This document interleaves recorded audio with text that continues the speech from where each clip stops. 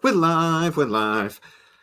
Good morning, good afternoon, good evening, wherever the hell you are in the world, and welcome to Sci-Trek, your sci-fi TV movie channel. And that's your turn. Hello, I'm Mike. I'm obviously the runner of Co-Clud, where my channel features loads of pranks, comedy, and also the Solo One Sci-Fi podcast. And it's nice to be with you, Jay. How are you doing? All right? I am very well, sir. Bit Good, tired. good, good. Oh, yeah? Long day at work. Lots of That's it. paperwork at the moment. But anyway, hey Sarah, hey Trevor, how are you doing? Right, so we are going to be doing a little bit of a series of videos, aren't we, where we're going to That's right. review all of the Star Trek movies. Every movie. That's quite a few movies to go through, but it's going to be fun. It's going to be interesting. One There's or a lot two of of them content out there. Well, yeah. One or two of them I'm looking forward to. One or two of them, not so much. But it's Star Trek, so it's still good. And as a Star Trek fan, we can break them down and get into the minutiae of it. But Yes. but yeah, a couple of these films are going to be painful to review. But we are starting. The slow picture is a very good way of putting this, because we are going to. Hey, Davey, how you doing? We are going to be talking first about Star Trek motion picture. So shall I just tell us how we're going to be rating? Please do. Explain it. So I need to get my photo that I sent you earlier, because I'll forget how we're doing I've got it here as well for reference. Right. So we have the Kirk rating, which is rating the action, the excitement of the story, how much we enjoy, the action sequences, etc. We have the Spock rating. Does the story make sense? Is it logical? Even in the motion picture, we're going to be. We have the Chekhov rating, the Star Trek values. So those values that we think of Star Trek. I mean, because that's the Chekhov rating, because he was a Russian guy during the Cold War. I think that's the epitome of the Trek values. The Bones rating is the humor in the film, or is it funny? Because Bones always crack me up. Yes. The Scotty rating, technology and science. Does the technology and the science, is it interesting? Is there something in there that we like? Is there the designs, anything like that? Okay. The Uhura rating, how well is it written? Because she's into languages. See what I've done here? It's so clever. It's very, very clever the way you've sort of compiled it together. That's good. And the last one is the most subtle. It's the 7 of 9 rating for visuals, or how the movie looks, because Jerry Ryan is the prettiest lady that's ever. I prefer Nicole DeBoer myself as entry, but there we go. Well, there you go. But I love 7. So anybody. Oh no, she's all right. She's lovely. She's very nice. Yeah, you will all get banned from the channel. And then overall, we're going to take all of those scores. We're going to divide them by, I think there's 7, 8. We're going to divide them by 8. And that gives us the overall Gene Roddenberry rating. Factor out of it. We are going to rate each movie. And then at the end of it, in theory, we will tell you which is the best. So I've already done my math, because I know what I'm scoring them. But first of all, before we get into it, just general thoughts on the movie. What do you remember? When did you watch it first time? What did you think? Sure. Okay. Well, I'm old enough to remember actually going to see it when it was come out in 1979. I think I was living in Northampton at the time. Either that or I'd just come back to London. And I went to see it with my mum, my nan, and my uncle. And I was a huge, huge fan of Star Trek, even though I was young. So this was the first time they were back. I mean, they were back the first time since before I was born at the time. And I will say that my family's reactions were that my nan fell asleep. And I don't think my uncle was that impressed, because he'd just seen Star Wars about 2 years before. And my mum wasn't a big sci-fi fan. So for their perspective, it wasn't very good. I, for one, I liked the fact that, it was them back out there and it was an update. But of course, the first thing which all the people are really saying is it was the pacing that was the factor, which was the most negative factor straight away. So how about you? What did you think about it when you first saw it? I hated it. Did you really? I'm not joking. It wasn't the first Star Trek movie I ever watched. Oh, okay. So you remember, I'm a little bit younger than yourself. Yes. So I was 1 when this film came out.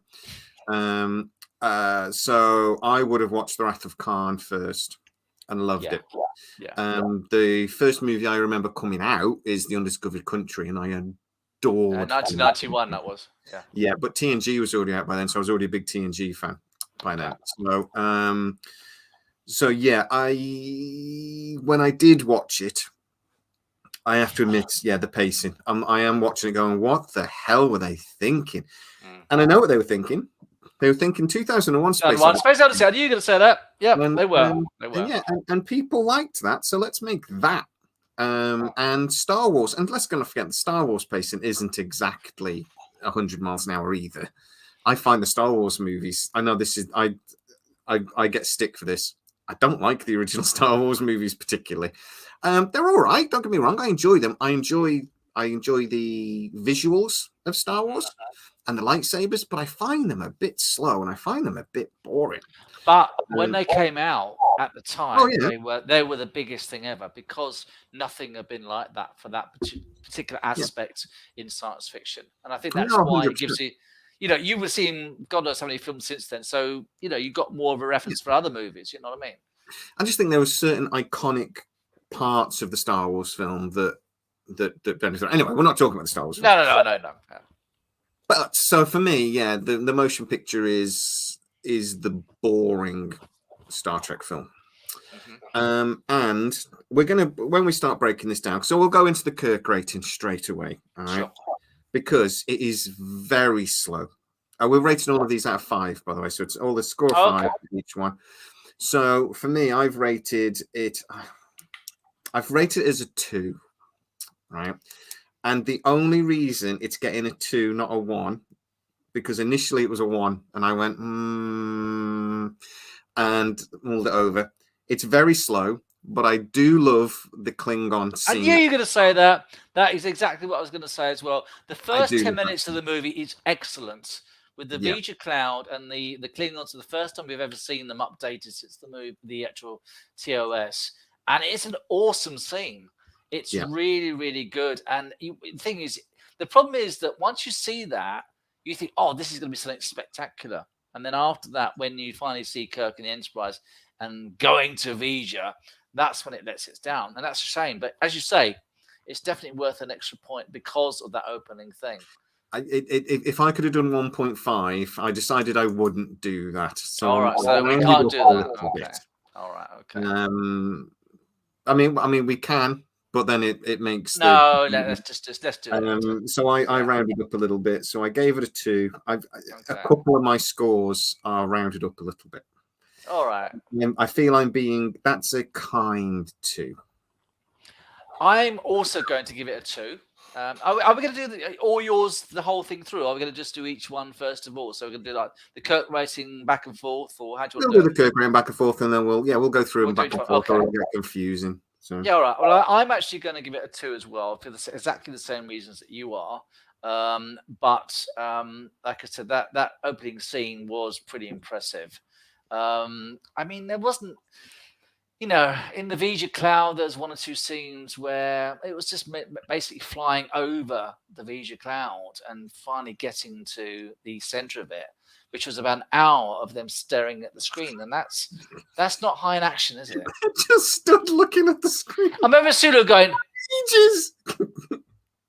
Like this, and they got the music, and they're like, so beautiful visuals, which we'll go back to in another rating later on. But as you say, no, it was a bit slow, very slow. I watched this today, and I went to the toilet twice during. I've got a big cup of tea, and I watched it this morning, so I had like a pint of tea. Oh, and then I did it twice. Okay. But Sci-Fi Quest, I'm blocking you from the channel. That's the last time you mock me, boy. The last time. No. He knows I'm not. He knows I'm only kidding. But yeah, this is not an exciting, fun movie by any stretch of the imagination. This was a movie I think Paramount genuinely thought we could win an Oscar, and they were never going to win an Oscar. But I think they wanted it to be sort of deep and philosophical. That's what they were trying to do. They were trying to make it something which didn't fit in with the original TV show, and I think that's half the problem with why it went wrong. Yeah, and don't get me wrong. It's I was going to say it's a good film, and I like it. I don't. It's not a bad film. It isn't. It's a boring film. Mm-hmm. So, welcome to the review. It's I mean, incredibly that's it, boring. and that's the end of it. We can sort of like just finish off with just saying it's a boring film. See you later. This will be a short one because there's not loads to talk about. Do you know the one thing I think is I did think I'd forgotten about? You know, Chekhov at one point gets badly burned. When the weapon hits the shield, it hits, yeah, like a yeah. God, the writers really hate Chekhov. In the next film, he's got a worm going in his ear. Yeah, and think what Chekhov do?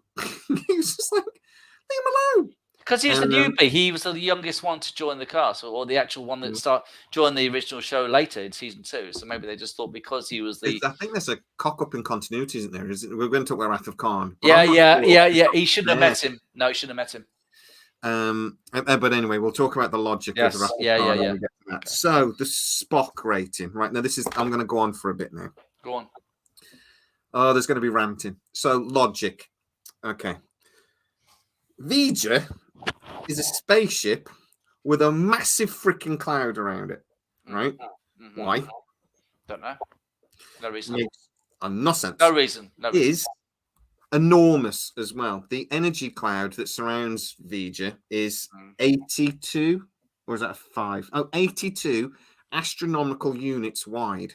And if you don't know, lovely people, the astronomical unit is the distance between the sun and the Earth. Okay. Right? And I think it's about 9 million miles. Yes, I know it's about that. Yes, something like that. 8.9. Yeah. So, this thing was enormous. I mean, enormous. That's what she said. Yeah, sorry. Hey, it'll never fit. That's what she said.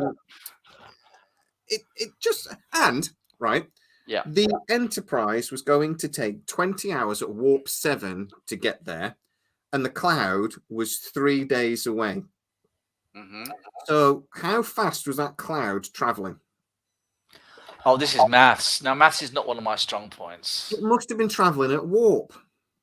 I think it was traveling at warp. It must. Although yeah, I think so. But we saw it. It looked like it was traveling at impulse, though. Yeah, it looked like it was just gliding by. Slowly. Yeah. Unless it slowed down when it saw something coming in front of it or something. All right, I know that's a stretch. I'm just saying. Well, yeah, but I've never seen a cloud that big travel at warp. But no. So that's nonsense. The wormhole scene, utter nonsense. They basically just went. Gene Roddenberry, I think, did this a little bit occasionally, and he went, "Wormholes are a thing in science. Excellent.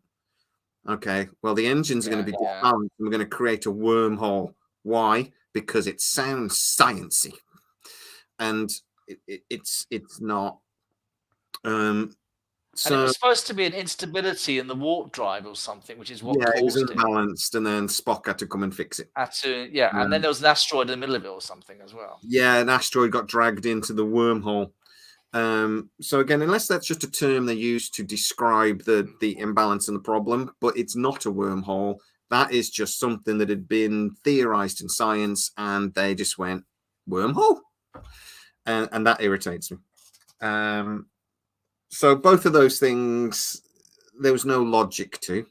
My final issue that I have, there's no logic to. How come V'Ger was so technologically advanced, way beyond everything? If you're there, that's it. That's right. It's fine. Way beyond any science we had, but they didn't know about dirt, because all they had to do was clean the Voyager thing off, and they'd have known it was called Voyager, not V'Ger. Dirt was beyond them. They had no clue, and that I'm watching that going, just clean it. And but anyway, that's not really a logical thing. That was just irritated me. It was just it's just a fact which is irritating in the movie, I think. Yeah. Well, I found the other thing was Voyager. I mean, Star Trek is 300 years ahead, I think. 23rd, 2280s. So Voyager would be nowhere near that far away. It wouldn't have even made the next star system. So again, from a reality point of view, Voyager's only just left our solar system. No, actually, it's said, and this doesn't make sense either, that they thought that Voyager 6 had actually disappeared in a black hole. It went through a wormhole or something. No, a black hole. But Which again, that's not how black holes work. Yeah, but it's squish. Yeah, it's not right. So, so it's shot it over the other side of the galaxy. But yeah, no sense. Doesn't make sense. No. How about you? Oh, so I've given it a 2, but I'll come back to why I've given it a 2 in a second. I've just bitched for 5 minutes. I've got some positives. No, that's fine. I think that for the logical storyline, I mean, I think for me, yeah, I probably would give it a 2.5, but we're not going to do that. But I'd rather not give it a 3. I'd probably give it a 2 like you. I think that, one thing in Star Trek and anything in science fiction is, to a degree, you have to kind of just sometimes just go with it. There are some strange ideas which they use in order to make a story work, and they don't always do that. They don't always work. I think, really, I mean, you've already said most of the things. I'm trying to think of any other inaccuracies I can think of, but I think you've already said basically the factors of what do work and what don't work. Another thing which was a bit weird was the Ilea thing, where she was kind of like almost like assimilated into the V'Ger memory. Assimilated. What was that? Well, no, yeah, but there's a link. I know what and I know you know about this as well. There might be a link. We'll come back to it a bit later because it's a very interesting possibility. Yes, but why was she taken into V'Ger's memory? Why was she absorbed? What was the point of that? Was that just to learn more about humanity because they were seeking the creator on Earth? And of course, Ilea wasn't even human anyway. She was Deltan. I suppose that's not really, I don't know. I just don't know whether some of these things were actually necessary for the movie. I don't know. It's a bit of a weird one. When we talk about the writing, the first thing Ilea says, my celibacy is well documented. Oh, yeah, that was such a cheesy line. I didn't ask about that, love. Calm down. Yeah, no. Yeah, exactly. It's like, why was she suddenly... It was so random. It was so random. I know it's relevant to the thing, but that stood out like a sore thumb. And again, not logical. It made no sense for the story. Yeah. Positives. I love the Enterprise refit. One of the best versions out there in Star Trek, I think, of an Enterprise. From a logic point of view, though, I'm going to say that the things like the cargo bay was really good. The way they set it up with the cargo ships sort of coming in and depositing things and stuff. The way they laid it all out is better than they do nowadays, to be honest. The Enterprise in Strange New Worlds, the way they've set the cargo bay up at the back there, it doesn't work. It doesn't work. The Enterprise of that show is much, much bigger. This Enterprise really did follow on from the TOS Enterprise. Exactly. I thought it was a wonderful continuation of the actual of the TV show, which unfortunately the new show hasn't really done logically. I know we're not talking about that, but I just love the look of it as well. I did like the uniforms. The uniforms worked good in the movie. I also liked how they did have uniforms and dress from the series as well. If you actually look when Kirk first arrives at the base, some of them are wearing like the toga outfits and things. I never noticed that. The people in the background sort of thing. And then there's like the military uniform, which one of them wears when they play, when they do like that. They do a fight scene. Oh, yeah. So the security, Star Trek security sort of thing. So I thought that was really good how they dragged that in from the series. But again, updated everything, made everything. So it wasn't too, it worked. I love Bones' outfit. I love his belt. I want his belt buckle. But the warp engine was where I was going to go. This is the first time we get to see the warp engine, proper warp core, formulated like that. Yeah. And that stuck through. And again, we'll talk about this when we talk about the technology and the visuals and things. This film set up Star Trek for the next 40 years until J.J. Abrams come along and tried to undo it. The visuals and the style and the logic of how a warp engine works. It was really thought out. Yeah. And I know Roddenberry actually got to build an engine that he thought it needed to look more mechanical than what they had before because they didn't have the technology. They didn't have the time to build a big set sort of thing. And as you say, a lot of the sets in this movie were continued in one form or another through a lot of the 24th century Star Trek shows 20 years later. Next Generation took on a lot of the sets Voyager took on the warp, the engineering warp core. So things like that. So as you say, it was a very important step in the look of Star Trek for decades to come afterwards, which was one of its biggest positives, I think, and they did it really well. And they made, I just thought they made changes that, again, because we're talking about the Spock rating, it was things that were logical that they did. They really thought through, and that's why they stuck, I think, because they made sense. They made more sense. It was more mechanical, more like an engine, you know. It was so there's a lot of things that made sense. The whole transporter sequence, again, it was the transporter malfunction sequence where the Vulcan that was really quite creepy. It was, and you hear this sort of scream as he, and what we got back didn't live for long, thank goodness, or something like that, because he went back. Didn't live long. Yeah, that was pretty creepy. I like that as a scene because it fit the whole thing of the Enterprise isn't ready. It was a very too early to go out. It's not ready. Yeah, a physical way of going. We're not ready.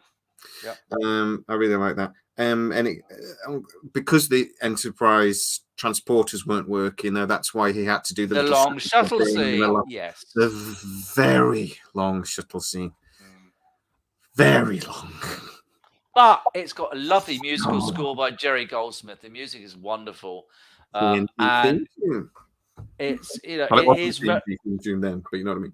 Yeah. But it's just too long, Whereas other shows, more recent shows like Discovery, you hardly ever see an exterior shot of the Discovery, and I like a good exterior, but it was a bit too much the other way. It was way too long. No, it was just 3 hours too long. That was the problem. How long is the running time of it, actually? 72 weeks. 72 weeks. Oh, okay. Yeah, no, it's just over 2 hours. It's just 2 hours. Yes, I think it's 2. I thought it was about 2 hours. Tell us it's 2 hours and like a minute, or 2 hours and 10 minutes. That seems like a long 2 hours. It seems like a long. It's a long 2 hours. Yes. It is. Okay, then so we both scored that at 2 again. So the Chekhov rating. So this is the rating that we say, does this film fulfill sort of Star Trekian, I've just made a new word up, Star Trekian values. Star Trekian.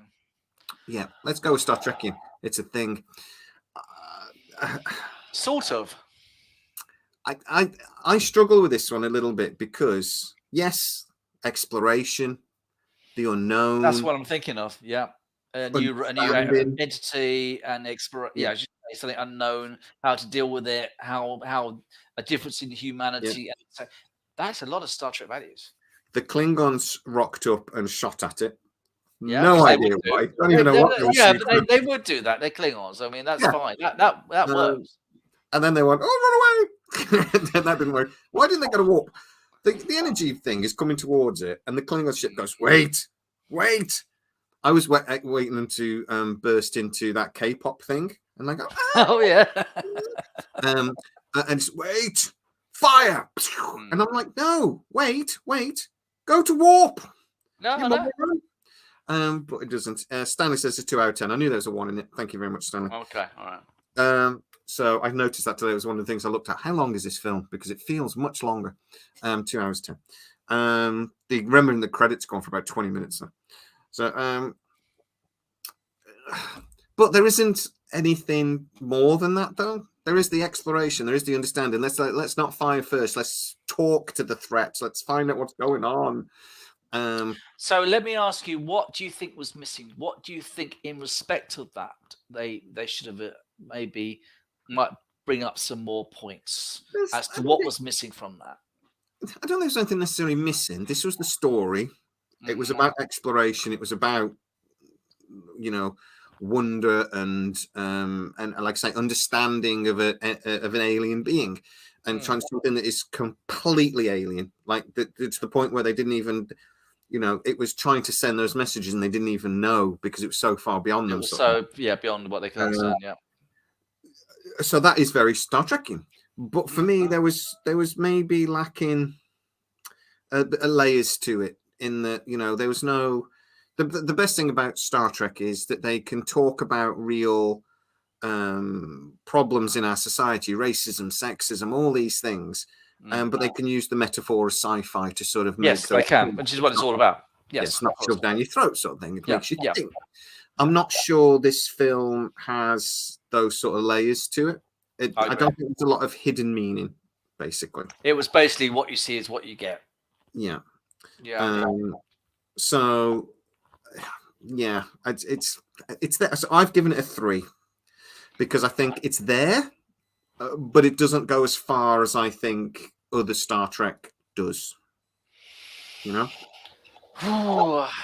Well, I'm going to give it a 2 just to be slightly different, I think, because I agree with what you're saying. And, there's been so many different examples where, as you say, and it goes back to, the ideas of sexism and racism and all the different factors, which Star Trek always did in the original series, but it did it in a hidden way to avoid censors and things like that.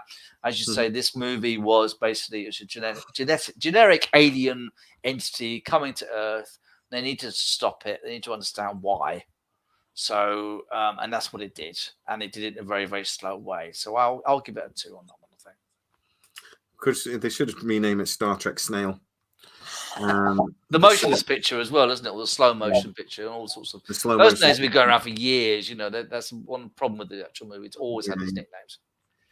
This is a straightforward one now because we'll the Bones rating. Is there any humor? Is it funny? Is it interesting? And no. I'm trying to think of funny scenes in it. There isn't any. I've given. I like it when McCoy says I think they said he says they drafted me or something, and he was actually he got drafted. That was quite funny. Again, Bone and the bit says, "Are there any casualties?" Yes, my wits, as in at my wits' end. But again, it's Bones being Bones. Actually, Bones is the only character that brings any, like he says to Spock, "Oh my, so help me, I'm actually pleased to see you," or something, and Spock sort of gives this sort of like raised his eyebrow, and it is all based on McCoy. If McCoy hadn't been in the movie, there literally wouldn't have been a funny scene at all. No, I don't think it would have been a 0 if McCoy hadn't been, except for those McCoy scenes, and they're not funny. They're just McCoy being McCoy. So that's why there was a nice scene where Scotty talks to Kirk, and he says, "Oh, they gave me back the Enterprise," and he goes, Admiral Nagora, I'm surprised he let you do that, and he goes, "You're right," and he does a Scottish accent back. I quite like that scene, but that's a very, very small. That's like a 5-second bit of comedy interaction. It's all done very deadpan. It's all done very serious. And Star Trek, don't get me wrong, Star Trek isn't hilarious. Star Trek is never really. It's not like The Orville or something, is it? No. When it tries to be funny, generally it doesn't do a very good job. But it is entertaining. It is a bit tongue-in-cheek sometimes. It is a bit, light-hearted or whatever in places. And this film just doesn't have any of that. No, and that's something which is really missing in the movie. That's definitely something which is really missing. Yeah. What's your score? Oh, it'll have to be a 1, I'm afraid. Sorry, it'll have to be a 1. No. How about yours? 1. Yeah. Okay. And if it wasn't if it wasn't for McCoy, it would have been a 0. Yeah. I can't knock point -1.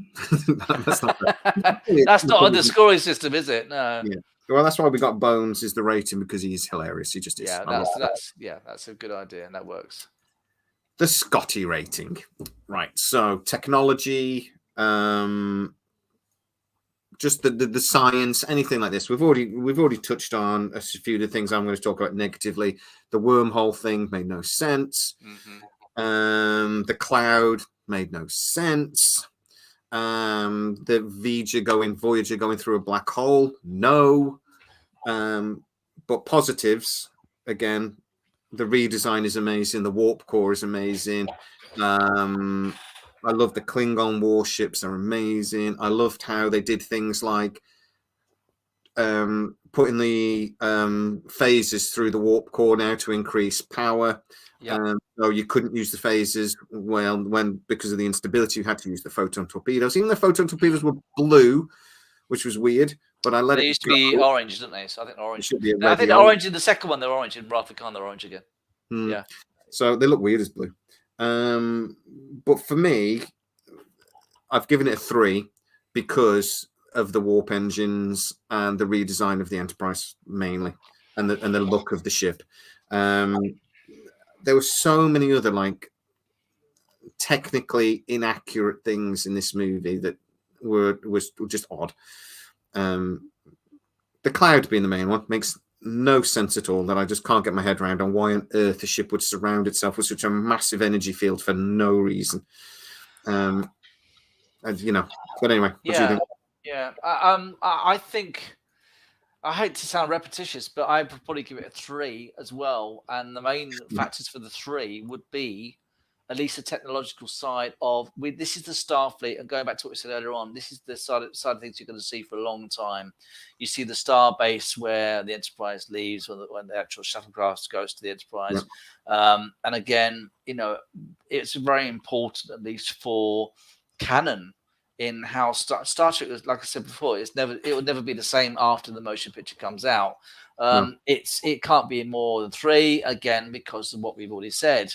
The Vija situation was a bit daft. I also like the fact that we saw proper Klingons interiors. The interior of the Klingon ship, that's pretty much similar to how it always is. The first time we hear the Klingon language, which was actually started from this movie.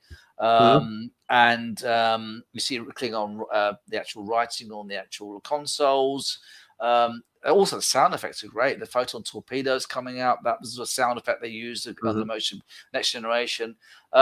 So, yeah, it's going to be a 3, but it's a 3 for the technological side of things, not so much the actual. I like how things like when Kirk arrives at Staff Base Command, he arrives on a shuttle, and he arrives in what looks like a train station. Things like that. It's like a rail, isn't it? It sort of lands on there. Yeah. I liked things like that, and I thought the technology looked very cool there. I liked things how they talked about the engines being unbalanced, and that could, again, it cause a wormhole, which is stupid, but the fact that it would cause a problem, I thought was very clever. There's lots of things there that were really clever. It's just that there was also some silly things that's why it loses marks for me. It's just okay. Right, the writing. That one stupid line that we've already mentioned was ridiculous. It's an hour-long movie that they stretched over 2 hours somehow. But actually, I don't have a problem with the writing. I actually think, on the whole, it's very good. It flows. But wasn't it actually the actual writing for this movie based on the original series, The Changeling with Nomad, which was a probe, had a very similar aspect. Very similar story idea, yeah. So I know obviously it's not the same thing, but do you wish that they'd have created a storyline which really wasn't, at least for what it appears, quite heavily influenced from the original series episode with the Nomad? See, the problem is Star Trek is, well, and most series, to be fair, they've always done that. Almost all of the movies, you can point to an episode somewhere and go, it's a bit similar to that. Yeah, that's a fair point. That is a fair point. Some of the new movies, how many times have they remade Wrath of Khan now? Actually, my video tomorrow is actually talking about how Star Trek Into Darkness was a remake of it, and it's in the same, straight up remake, and actually Nemesis is almost a point-to-point remake of Wrath of Khan. I hadn't really thought about that, actually. It's almost. Lower Decks recently did it, but it was an homage. It was a parody almost of the Wrath of Khan. Yeah, but it's identifying it. It's not just like pretending to be different. Yeah, it's pointing. It's going Wrath of Khan. But yeah, there's a big argument to basically say because Wrath of Khan was so popular and such an iconic movie that every other Star Trek film after that, the executives would go in, who's the Khan? Where's the Khan in this movie? And they expected something similar in the next movie. Because it was such an iconic film, as you say. Yeah. Ronald D. Moore was basically talking about in a recent interview, basically saying it really limited creativity because they kept pushing for that. So yeah, that'll be tomorrow's video if I get it edited. It very much depends on whether I get up in the morning or not. Or there won't be a video tomorrow. So, okay. But I'm thinking from the conversations in the thing, the way it's written, the way the characters interact with each other, it was all very on point for what we should expect from the relationships. I thought Spock was a bit off. But I think they did that on purpose to sort of reset him in a way, to make him a bit more Vulcan again, because he'd started to sort of become a little bit more human in the series towards the end. And he'd gone back to, he had the Ponfar, didn't he? Is it not? Yeah. Was it Ponfar? So they pushed him back. Not Ponfar, the Ponfar is when what's the thing he went to? He went to Vulcan to have something done. It was I can't where they have the Colinar, is it? Is it Colinar? That sounds right to me. I'd literally watched this today. It's Colinar. Yeah, I know. Yeah, that's it. Yeah. Somebody in the audience will tell us. Somebody in one of the guys will tell us. But yeah, anyway, yeah. So I generally thought the characters and everything were written really well. I thought the overall story was a bit stupid. Colinar, Sci-Fi Questions. Yeah, it was Colinar. Thank you. I don't think that's how you spell it, but it's near enough. K, but that's all right. It's fine. I think I want to say there's a H in it as well, but I don't know. It doesn't matter. Because they say it in Vulcan at the start, don't they? So I remember seeing it spelled out, and I was like, oh, okay. It's all right. I have no problems with the way it's written. Like I say, the overall storyline, a bit weird. But like I say, the interactions between the crew is the main area. There was nothing awkward about it except for that one line that was just weird. The relationships, I thought that the Captain Decker relationship. I was going to ask you about that. I mean, obviously on the ship we had the regular cast, but we also had Decker and Ilea. How do you think? Do you think they fitted in well with the old cast? Do you think that worked quite well? I think they were put in to be taken out, sort of thing. Yeah. But yeah, I think the whole thing about a new captain, Kirk pushing his way back in, I think that really fit with the character of the Kirk we know, and we come to know particularly that he's an egomaniac in lots of ways. And that showed, and that being a captain is core to him, sort of thing. And when he was promoted, it just messed him up. We saw that through into Generations. You know, telling Picard, for the love of God, don't get out of the chair. You know, so yeah. But I thought that it put in that dynamic of somebody we didn't know, but it was done basically to write them straight back out again. And then the core crew. The only thing I would say, Chekhov was very underutilized in this movie. Sulu was very underutilized in this movie. Uhura was basically just there. She just said about 5 words, didn't she? Uhura, hardly saw her at all. Those crew developed way more in the later movies. They did, absolutely. Before they were all much bigger parts, weren't they? But in this movie, it's Spock, Bones, Kirk, Decker. And that's about it. I suppose in the original series, the main, obviously, 3 were Kirk, Spock, and McCoy, and the rest of the cast were literally in the back quite a lot, not getting too involved. And I suppose they replicated that for the movie, I guess. Yeah. And then it had to develop over time. But you're right, Kirk and Spock were the stars, basically, in Bones. And then the rest of them just developed. Yeah. I mean, Chekhov was always just seen as the kid. Especially in the first, season 2, and he had a wig on as well in the first episodes, and he was really, he had a Beatles wig apparently. I think, or like the Monkeys or something. He had like one of those things. I think his hair was too short, and he was bowl cut thing, but he, we didn't see a lot of what his character progressed in the original series that much, really. Same with Sulu. It was only until, as you say, the movies later on that their characters were fleshed out.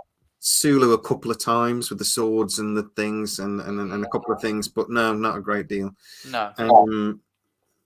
Like I say, I always really liked Chekhov, and I do too. He's a stupid kid sort of thing. I've given the writing a 3 anyway, because I don't think there's anything offensive. There's nothing awkward when we get to the writing of things like Star Trek 5. There are problems in the writing of that, I think that would be low. I think that would be low for me. There are highs in that movie that I love, but overall, very different. Every movie's different. Some have more humor, some have better pacing. I'm going to give it a 3 as well. I say this, I have a feeling I'm going to really struggle with Star Trek 5. Just as a side note here, you can have 3 as well. Sorry, I'll write that down. I'm going to struggle with Star Trek 5 because there are some really, really good bits in that film. It's just like say the Yosemite National Park bit was quite good when he falls down there. National Like, Park, yeah. The whole bit where Cybok is putting them back into their memories and stuff. The bit with McCoy. And his dad. Really, that was really good. Really good. Yeah. And actually, you've got the scene then goes, excuse me, why does God need a ship? Need a starship. It's funny. So there are bits in that film that are quite good. The comedy side is going to be much higher than this film. I can tell you that right away. Yeah, well, definitely. Humor will be much higher. But yeah, I'm going to struggle with that film definitely. But 3-3, okay. Right. We will talk about a few points of the film in a minute. We've already been having some conversations about the Borg. So we're going to come back to that in a second, but we've got one more rating left. This one's going to be a high one for me. You know what it is? Visuals. The 7 of 9 visuals. How does this film look? Yeah, it's high for me. Oh, it's going to be a high. I don't know whether to give it a 4 or a 5, quite frankly. Well, I think it's limited by its day. So I don't mind that. I don't mind that. I give that the benefit of the doubt. You know what I mean? Yeah. I think you have to think of it, what was capable at the time. So I've given it time because some aspects of it don't look great. There's the one bit where the Klingon, oh, damn it, I forgot the name of the battle cruiser. Anyway, but the weapons coming up behind it and it starts lighting up the battle cruiser as it gets hit. And I'm thinking, oh my God, that's a good shot. It's Katinga, isn't it? Katinga, that's it. The Katinga class. Yeah. And it's just such a good shot. The whole stuff with the cloud, it's all very visually pretty. And I think it would have looked amazing at the cinema. And I've seen it at the cinema, to be fair. It does look amazing at the cinema. It just went on for too damn long. And it was too much. 2001 Space Odyssey went on for ages. Let's do that. And they just it was so influenced by that. So influenced by that movie. Definitely. Some of the shots within the cloud were a bit weird because it was sort of like, well, why is it doing all those shapes and things? And I wasn't a massive fan of some of that visuals, but even with the limitations of the day, my God, it's a good looking film. Obviously the Enterprise design.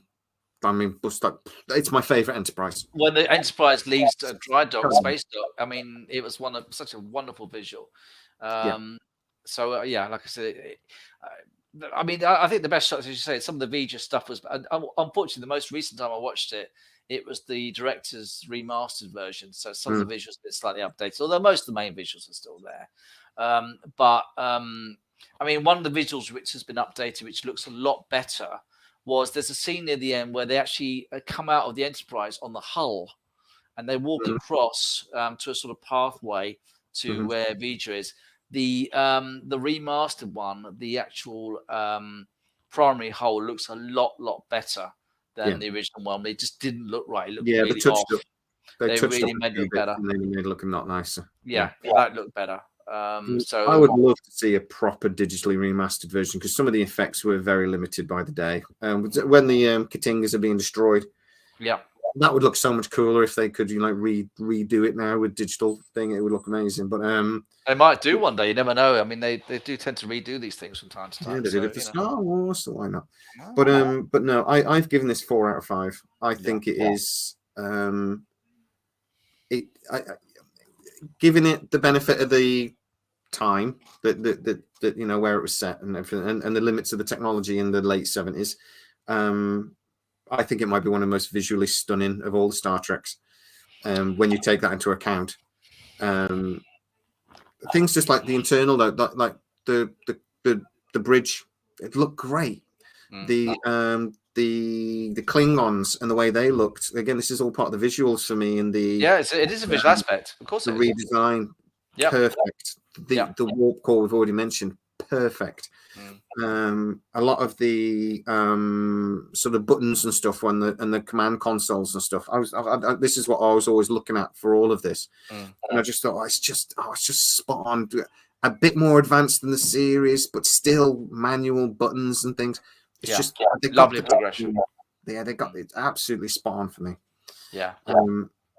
I couldn't quite go to a 5 because there were some effects. I think more because they just went on too long, really, than they looked bad. They didn't look bad. They just went on, unnecessarily. I think with me, I think I know I've been paralleling a lot of your scores, but I would probably give it a 4 as well. The situation is that, I mean, there was one visual which was really bad, and it was the first time we see the Vija probe. It's like a white line of energy that goes on board the Enterprise, and I think that's the one that makes contact with Alia and she disappears.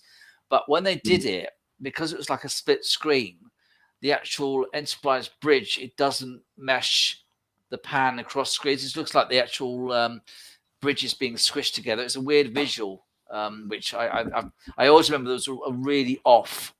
And I always thought of something like other big movies at the time where it just stood out as a really bad effect. Again, some of the Vija shots, it didn't always make sense because, as you say, it was a lot of it looks great, but it was too much. So yeah, I'll give it a 4 as well. So it'd be paralleling what you're doing. No. I just have to agree. I didn't see the original release, Brain, because I'm only 45. I was 1 year old when it came out. But when Star Trek First Contact came out, there was a Trekathon basically at my local cinema. They showed all of the Star Treks back to back overnight, and I got to see it then. So I got to see all of them. That must have been quite a long time to go through all those movies, though. But about 4 o'clock in the morning, we hit Star Trek 5. And I thought but no, it's amazing. And then we had breakfast, and then because they put on a big breakfast for us all, and then we got to see the premiere basically of Star Trek First Contact.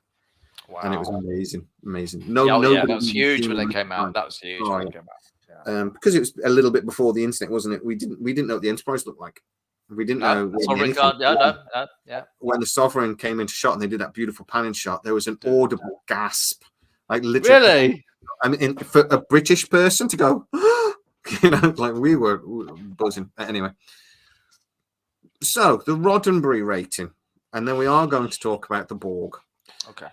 My Roddenberry rating is 2.57. Your Roddenberry rating is 2.12. Okay. Not a massively high scoring movie. No. I love the way you work it out, though, from the stats, though. That's quite good. And we'll obviously keep that for each week. I like that. That's good. Well done, I will be tweeting that out, and I will definitely keep all of that. So next time, in 3 or 4 weeks or whatever, when we do Wrath of Khan, I feel Wrath of Khan might be slightly higher scoring. It will be higher. It will be. So, yeah. Right. The Borg. So there is a lot of rumors or fan theory that Vija is related to the Borg somehow. Yes. Right? I mean, you used the word assimilated earlier because that's what they did to Alia. Do you think, well, for one, the theory is either that the Borg created Vija, Vija is the Borg from an earlier incarnation, or the version of the theory I like is that Vija created the Borg.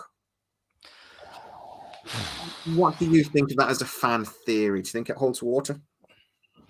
Well, I mean, we know that there was a very technologically advanced world which encountered the Vija probe. At least that was actually said in the movie. So whether this was the Borg or it could have been an offshoot of the Borg that assimilated the Vija probe and learnt about humanity, I'd like to think there was a connection of some sort. I don't think it would be as direct as they are specifically. Vija is a Borg remnant, but I think it has some links because we know that the Vija probe, like we've already said, it went into a black hole to another part of the galaxy. I know black holes aren't supposed to do that, but that's what they said.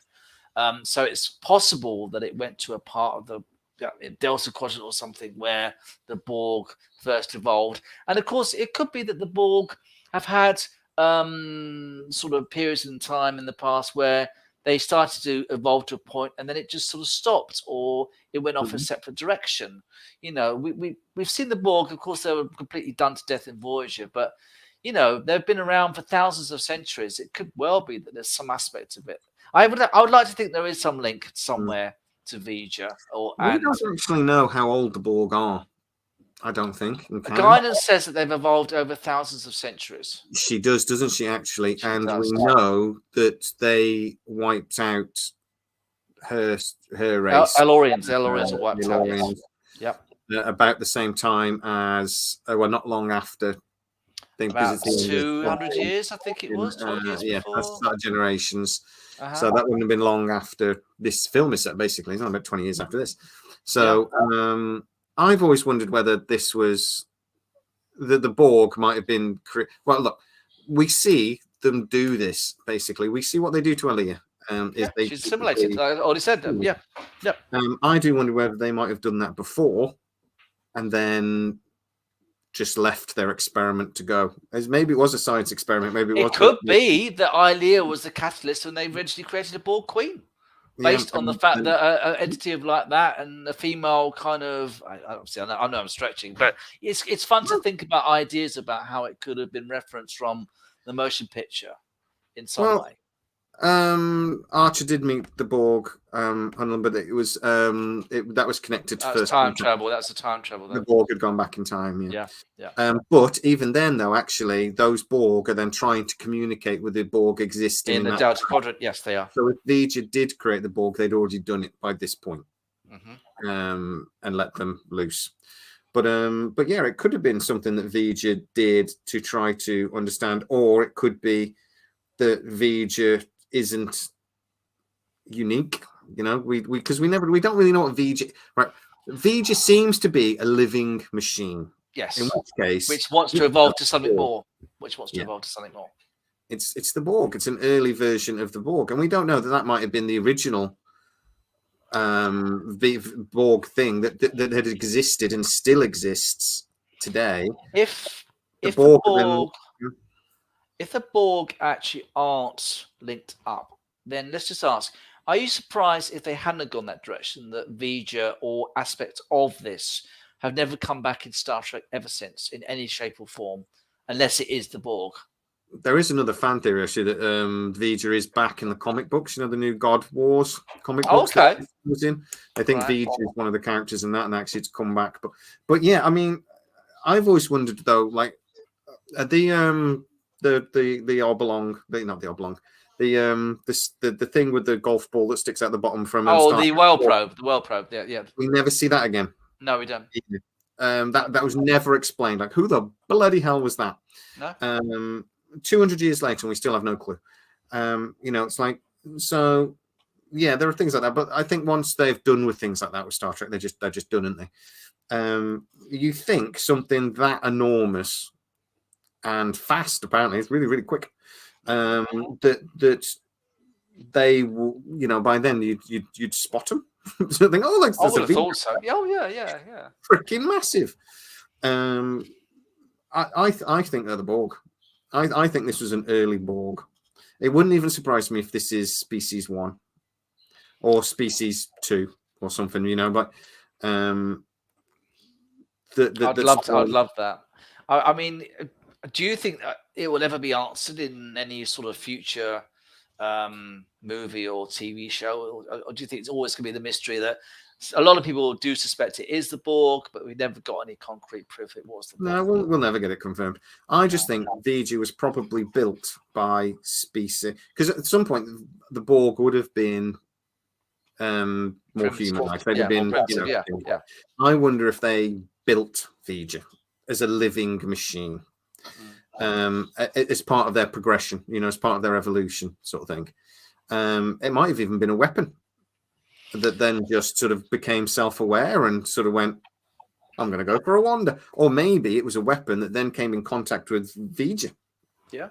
And Voyager, sorry. And sort of went and absorbed it and sort of went, and went out to its mission, sort of thing. Because it would have took potentially hundreds of, it would have took 100 years or so to get to our quadrant. But it would have been great to see a time travel episode where the Borg were very, very the beginnings of the Borg, with the very first mechanical appliances and things like that, where they're slowly learning to evolve and take in technological aspects of other races and other entities and things like that. And of course, if they could have done that, then they could have maybe shown a link to Vija and how it was all done.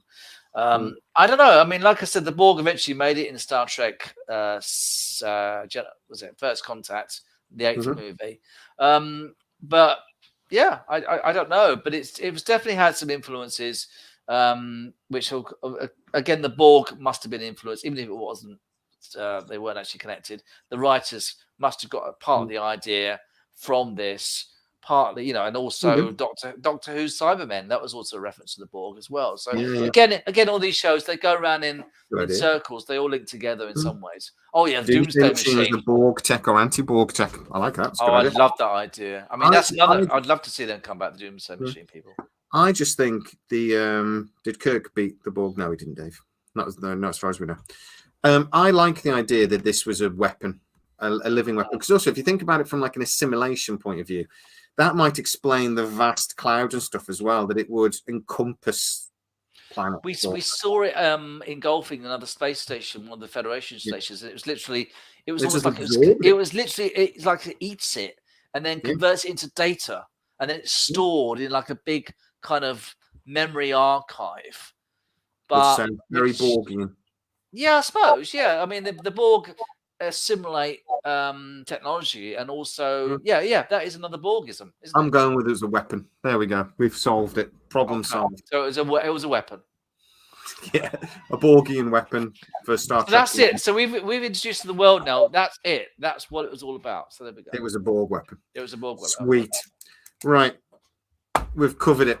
Next time, in 3 or 4 weeks, when we get round to it, we are going to do The Wrath of Khan. Yeah, that'd be good. Good. I watched this about a week ago, so I'm very excited. And this is we will do it exactly the same way. We will have all of those ratings again. And you'll say the ones from this week, and we'll keep them on working. We'll save it all, and we will have our points. And at the end, when we get to Star Trek Insurrection, that's going to point well. We will have a solution. No, that's not the last film, though, is it? I'm saying that's the last film. It's not. But anyway, we will have a final solution. That would be. Are we doing the Kelvin films as well, though, or are we just doing? Yeah, then we'll do the Kelvin films, and they might not do very well either on some of these ratings, but they will do well on others. They'll do well in the Kirk. Right. So we'll do it once every 4 weeks, people. So it'd be actually good, and it'll sort of build it up, and then over a year, it'll take a year to go through them all. But that's fine. I'm not going anywhere, so it'll be fine. So, cool. Jay, thank you very much. It's been good fun. You're very welcome, sir. It's been an absolute joy as always. Again, we're streaming on both channels, which is cool. If you are watching us on Sci-Trek, please go. There's a link in the description to Code Clud and go subscribe. Lots of funny clips and things on there. And vice versa. Please check out Sci-Trek. I'm a big fan. Some great material. Anything sci-fi based. It's great to pull our resources. No, go over and check out scitrek.co.uk where that's our dedicated website where we do articles on our videos and things. So, it takes a lot of time. So please go and look at it. Absolutely. Oh my God, it takes a long time. So, no, thanks, Mikey. Thank you very much. Have a good one. Bye. Bye. Bye. Bye.